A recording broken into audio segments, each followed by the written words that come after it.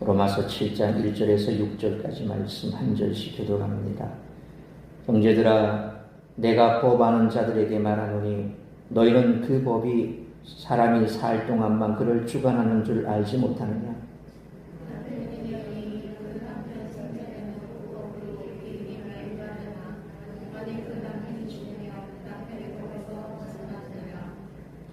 그러므로 만일 그 남편 생전에 다른 남자에게 가면 음녀라. 그러나 만일 남편이 죽으면 그 법에서 자유롭게 되나니 다른 남자에게 갈지라도 음녀가 되지 아니하느니라.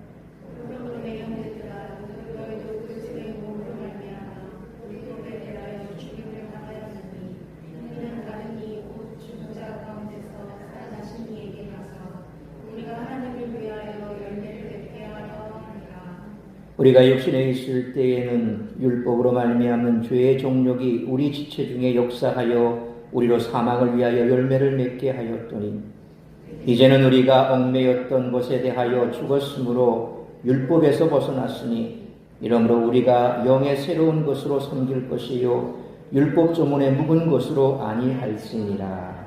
아멘. 기도하겠습니다. 살아계신 아버지 하나님, 은혜와 사랑을 감사합니다. 오늘도 하루 온종일 우리가 삶의 터전에서 땀 흘려 수고하고 주와 동행하는 그러한 삶을 살다가 정한 시간 주님 앞에 나와 예배케 하시니 감사합니다. 이 시간 말씀 앞에 섰습니다.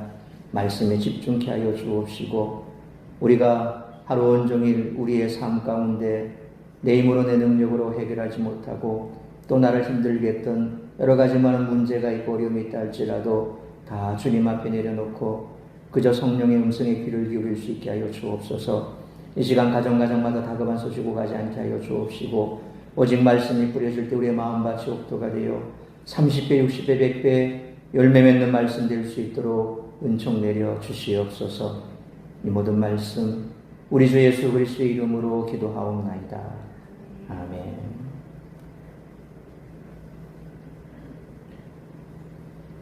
오늘 본문도 5장부터 시작된 칭의를 얻은 성도의 삶이 계속해서 이어집니다.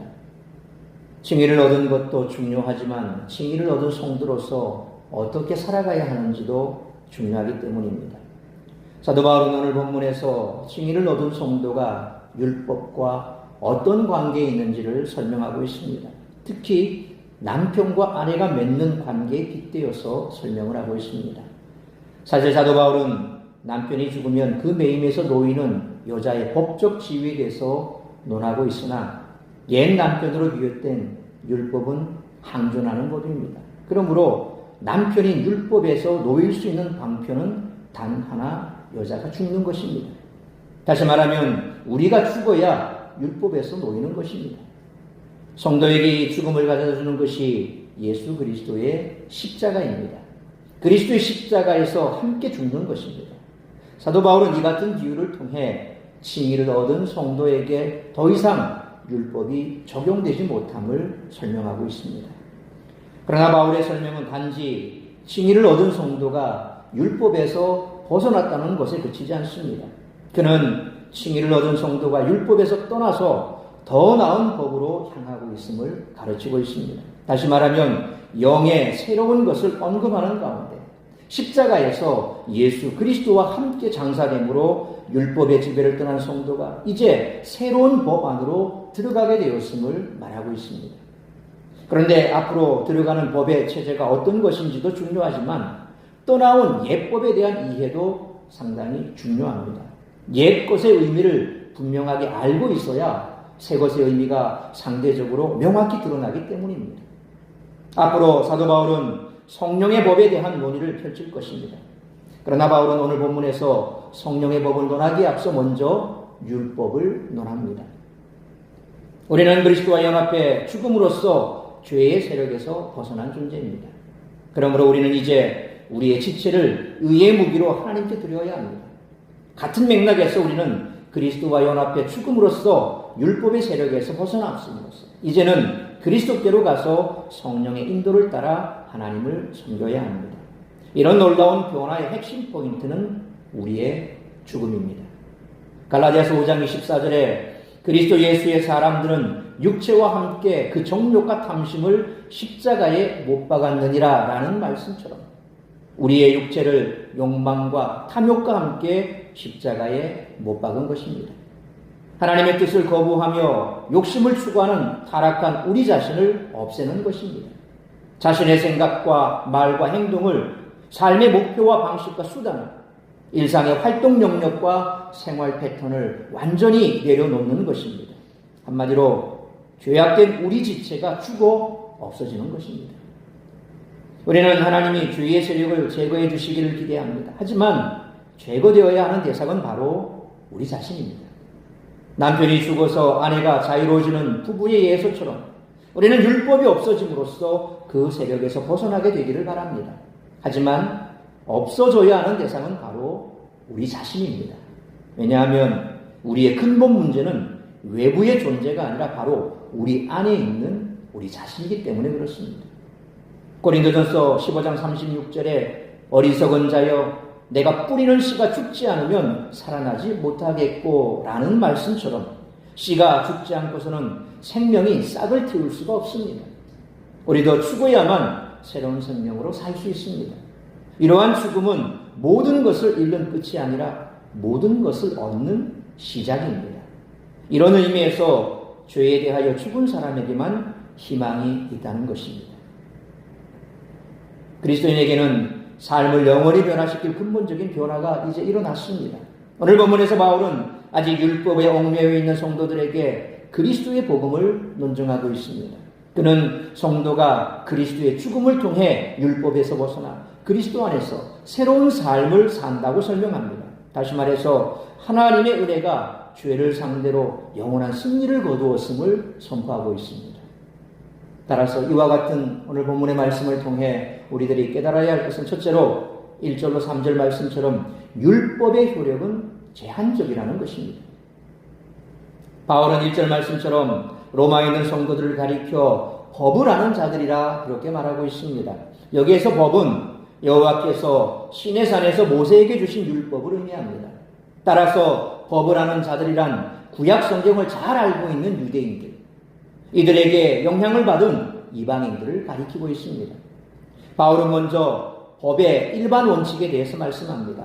법이란 사람이 살아있을 동안 효력이 있다는 것이죠. 죽은 사람에게는 법이 아무 소용이 없습니다.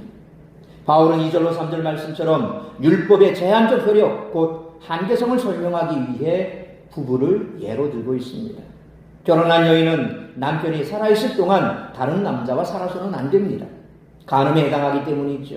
그렇지만 남편이 죽으면 여인은 결혼이라는 제도의 강제성에서 벗어납니다. 그때는 다른 남자와 살아도 불법이 아닙니다. 이와 마찬가지로 특수한 일이 발생하여 현실의 조건이 변경되는 경우에는 이전의 구속력을 가지고 있던 법이 더 이상 효력을 발휘하지 못하고 폐기되고 만다는 거죠. 그러므로 바울이 우리가 그리스도께 속하기 이전의 상태를 제한적 효력을 지닌 율법과 관련지어 설명한 것처럼 우리가 예수님을 영접하기 이전의 상태를 바르게 이해함으로 우리에게 일어난 놀라운 변화, 곧 새로운 피조물이라는 정체성에 맞게 살아가는 우리 모두가 되시기를 축원합니다. 두 번째로 4절로 6절 말씀처럼 성도는 율법에서 그리스도께로 옮겨졌다는 것입니다. 위에서 말한 법의 효력은 신앙의 원칙에 그대로 적용이 됩니다. 바울은 1절로 3절에서 설명했던 결혼제도의 구속력을 4절로 6절에서 적용하여 신앙의 원칙을 알기 쉽게 설명하고 있습니다. 4절 말씀처럼 율법과의 혼인관계는 남편이나 아내 중 어느 하나가 죽어야 끝이 납니다. 그런데 문제는 율법은 죽지 않고 일정 기례까지도 변하지 않는다는 것이죠. 남편이 율법과의 혼인 계약을 파기할 수 있는 유일한 방법은 아내인 우리가 죽는 것뿐입니다. 그러니까 부부 관계에 있어서 결혼 제도라고 하는 것은 남편이 죽든 아내가 죽든, 지금은 이제 아내 쪽에서 얘기를 하니까 남편이 죽으면 이제 그 결혼 관계가, 그 법이 아무런 효력이 없는 거죠. 자, 그런데 율법에다가 비유를 하자 보니까 율법은 없어지지 않는다는 겁니다. 예수님께서도 율법을 파기하러 온 것이 아니라 율법을 완성하러 왔다고 그랬거든요. 예수님은 율법의 완성자가 되셨습니다. 그러니까 율법이 없어진다는 건 아닙니다. 우리가 이 율법이라 그러면 토라, 모세오경을 얘기하지만 그러나 어쨌든 구약의 말씀도 여기에 전체적으로 다 해당이 되겠지요. 이 신약의 백성들은 구약의 그림자 속에서 계속해서 이어져 나가고 있거든요. 그러니까 완전히 신약이 기록되지 않은 상태이기 때문에 그들은 여전히 구약의 그 율법 가운데 매여 있는 자들입니다. 그런데 그 율법이 이제 예수님이 왔다고 해서 완전히 사라지고 없어진 겁니까? 아니라는 거죠. 율법의 바탕 위에서 신약이 그대로 이루어지고 있는 거죠. 근데 율법이 없다면, 구약이 없다면 신약의 근거가 없어지는 겁니다. 하나님께서 율법을 주지 않았다면 예수 그리스도의 오심도 그 그림자의 완성이 그림자가 없는데 본체가 있다는 것은 이상하죠. 본체가 있으니 그림자도 있는 것이요. 그림자가 있다는 것은 본체가 있는 것이죠. 그러니까 율법 자체가 이제 부부관계에 있어서 문제와 결합시켰을 때 이게 정확하게 해석이 안 되는 겁니다. 자, 그러면 율법은 없어지지 않으니 그럼 어떻게 되는 겁니까? 자유로워지려면 자신이 죽으면 자유로워지는 거죠. 여기서 이제 죽는다는 문제가 발생하는 겁니다. 자, 그러면 법적으로 남편이 물리적으로 죽었으면 그 법이 적용이 안 되고 다른 남자에게 부인이 결혼을 해도 문제가 없듯이 우리가 죽으면 된다는데 이 죽음이 과연 남편이 물리적으로 죽는, 육체를 죽는 그런 죽음을 의미하느냐? 그게 아니라는 겁니다. 6장 3절에 무릇 그리스도 예수와 합하여 세례를 받은 우리는 그의 죽으심과 합하여 세례를 받은 줄을 알지 못하느냐라는 말씀처럼 우리는 그리스도와 합하여 세례를 받음으로써 그의 죽으심과도 연합한다는 것입니다. 다시 말해서 우리는 그리스도를 믿고 세례를 통해 그와 동일시됨으로 죽는다는 겁니다. 세례가 주는 의미가 뭡니까? 연합입니다. 예수 그리스도와 우리가 연합한다는 거죠. 하나가 된다는 겁니다. 그러니까 예수님께서 십자가에 죽으신 거죠. 십자가에 죽으신 그 사건이 바로 우리가 세례를 받음으로 예수님과 동일하게 십자가에 죽는 것과 똑같은 효과가 나타나는 겁니다. 그리고 예수님의 살아나심과 우리가 동일하게 거기에 우리도 함께 참여하게 된다는 거죠. 그러니까 우리가 육체적으로 우리의 목숨이 끊어져서 생명이 끝나는 것이 아니라 영적인 의미에서 예수님께서 우리를 대신해서 십자가에 죽으신 그것이 바로 옛사람, 우리 옛자, 구약의 율법에 매여있던 우리, 그가 바로 예수님의 십자가의 죽으심과 함께 죽었다. 세례를 통해서 그렇게 연합이 되는 겁니다. 세례라고 하는 그 방편, 그것을 통해서 바로 나타나는 세례의 모습이 그 내적인 의미가 바로 그리스도의 연합이라는 거죠. 그러니까 적어도 세례를 받는다라고 하면 우리의 신앙의 고백이 있다는 겁니다. 아무나 세례를 주는 게 아닙니다. 지난 주에 사도행전의 말씀을 통해서 제가 설명드렸듯이 세례를 베푼다는 것은 그가 성령이 임했고 그리고 그리스도인으로 변화됐다는 것이죠. 고넬료 집에 나타난 그거 아닙니까? 베드로가 고넬료 집에 가서 무엇을 발견했습니까? 이방인에게도 성령이 임하더라는 겁니다. 베드로는 분명 이방인에게는 그와 같은 일들이 일어나지 않는다라고 생각했고 환상 중에 이미 하나님께서 그에게 보여주지 않습니까? 부정한 짐승들을 먹으라. 3번이나 먹으라고 얘기했는데 그는 나는 결단코 그걸 먹어본 적이 없다. 그리고 먹지 않을 것이다. 하늘에서 그와 같은 하나님의 음성을 들었음에도 불구하고 자신은 극구 못한다라고 얘기했죠. 근데 하나님께서는 그걸 먹는 문제, 실제로 먹는 음식에 관한 문제가 아니었던 거죠. 소위 유대인들이 가지고 있었던 이방의 마치 먹지 못하는 짐승처럼 그렇게 취급했던 이방인에 대한 얘기였습니다. 그러니까 그 환상을 보고 난 이후에 고넬료 집에서 사람이 찾아왔을 때 따라갑니다. 가라 그러니까 갔습니다. 가서 보니까 이게 먹는 문제가 아니었구나. 하나님께서 이방인에게도 동일하게 구원을 베푸시는구나 라는 것을 보여주는 것이었죠. 그래서 베드로는 그것을 봤던 겁니다. 성령이 임하셨구나. 그러니 세례를 베푸는 거죠. 자, 세례를 받는다라는 것은 단순하게 물에 들어갔다 나오는 그 정도의 문제가 아니라는 겁니다. 그렇게 하기 이전의 과정이 있는 거죠. 신앙의 고백이 있다. 그 신앙의 고백도 누가 합니까? 성령이 하는 거죠. 성령의 역사라는 겁니다. 그게 바로 성령의 역사입니다. 세례로 연합된다는 것은 바로 성령의 역사로 그리스도와 우리가 하나 된다는 거죠. 그게 세례가 가지고 있는 의미라는 것입니다. 다시 말해서 이처럼 예수 그리스도를 믿고 세례를 통해서 이제 그와 동일시되어서 예수님의 죽으심에 함께 우리가 참여했고 살아나심에 함께 참여하는 겁니다. 6장 7절에 이는 죽은 자가 죄에서 벗어나 의롭다 하심을 얻었습니다 라는 말씀처럼 죽은 사람은 죄의 세력에서 자유로워지는 것처럼 율법의 세력에서도 자유로워진다는 거죠. 그렇다면 그리스도께 속한 새로운 삶은 어떤 것일까요? 그리스도께서는 죽은 자들 가운데서 새로운 생명으로 다시 살아나신 분이십니다. 따라서 죽은 성도가 그리스도께로 간다는 표현에는 그리스도의 새로운 생명에 참여하게 된다는 의미가 내포되어 있습니다. 그리고 새로운 삶의 목적은 하나님을 위해 열매를 맺는 것입니다. 율법에 얽매여 있을 때 성도는 사망을 위해서 열매를 맺었습니다. 율법이 주는 게 뭡니까? 정죄입니다. 정죄받아서 죽을 수밖에 없는 거죠. 로마서를 통해서 계속해서 사도 바울이 보여줬던 것은 율법을 붙들면 결국 그것 때문에 우리는 정죄받아 죽을 수밖에 없다는 겁니다. 그래서 율법에서 벗어나서 이제 새로운 법으로 가야 된다는 거죠. 그 새로운 법을 만드시니까 예수 그리스도요. 무엇으로? 십자가로.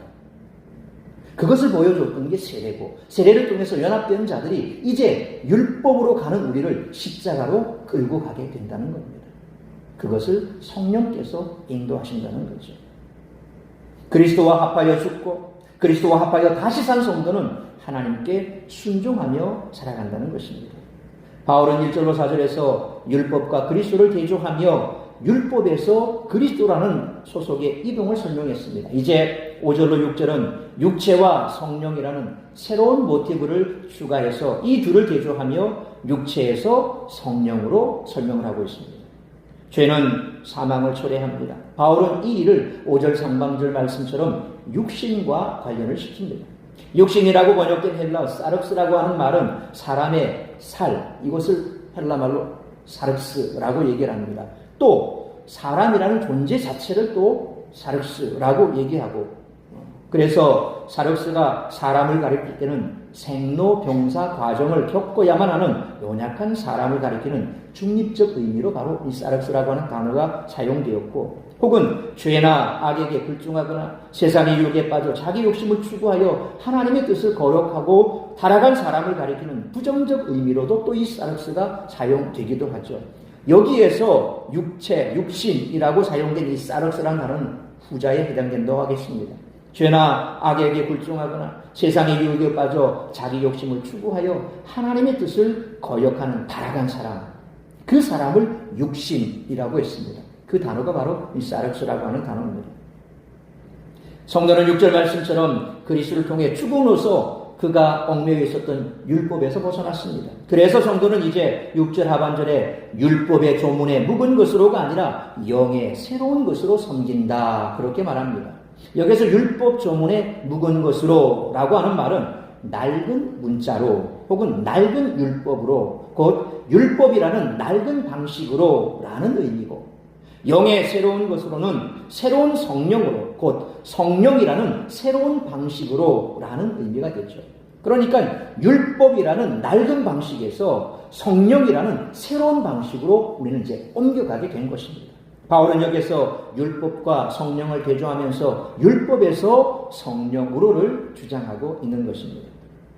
영이라고 번역된 헬라어 푸뉴마는 사람의 영혼을 가리키기도 하고, 또 어떤 때는 하나님의 영, 성령을 가리키기도 합니다. 그래서 이 푸뉴마가 단순하게 영혼이라고 하기도 하고, 또 성령을 가리키기도 푸뉴마라고 얘기도 합니다.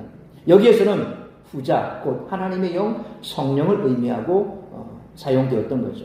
바울은 6절의 의미를 이제 뒤에 나타나는 8장 1절로 17절에서 아주 자세하게 성령에 대해서 얘기를 합니다. 8장 1절로 17절은 오늘 본문 6절에 대한 부연 설명이라고 볼 수가 있습니다. 그리스도의 부활과 성령의 수요로 근본적으로 새로운 종말의 시대가 시작되었습니다. 그래서 우리는 이제 그리스도 안에서 성령의 인도를 따라 하나님을 섬깁니다.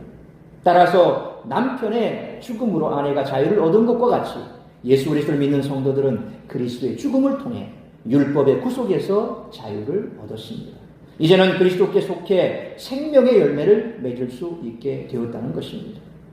이상과 같이 그리스도인은 예수님을 믿기 전에 아담으로부터 물려받은 옛자, 여기서 육신이라고 했죠. 이 육신의 지배를 받으며 살았는데 이때 율법은 죄를 규정할 뿐 생명을 가져다 주지 못했습니다. 그런데 예수님을 믿게 된 후에는 모세의 율법에서 해방되어 성령 안에서 새 삶을 살게 되었습니다. 다시 말해서 율법에서 그리스도께로 영적 소속이 옮겨진 것입니다. 얼마나 놀랍고 감사한 일입니까? 그리스도인은 마치 오랫동안 어두운 감옥에 갇혀 무서운 법의 지배를 받으며 살다가 어느 날 은혜로 해방이 되어 환한 세상에서 자유롭게 살도록 허용된 사람과 같다는 것입니다. 죄의 복종과 압제 밑에서 신음하다가 우리가 주 예수 그리스도의 구속의 은혜로 죄와 사망의 법에서 해방되어 자유롭게 된 것이죠. 요즘 참 희한한 범죄들이 많이 일어났죠. 대낮에, 멀건 대낮에 그냥 지나가는 사람 아무런 일면식도 없습니다. 그냥 가서 때리고 찌르고 무섭습니다. 멀쩡한 사람이 그런 일을 하죠. 근데 왜 멀쩡한 사람이 그럴까? 멀쩡하지 않은 거예요.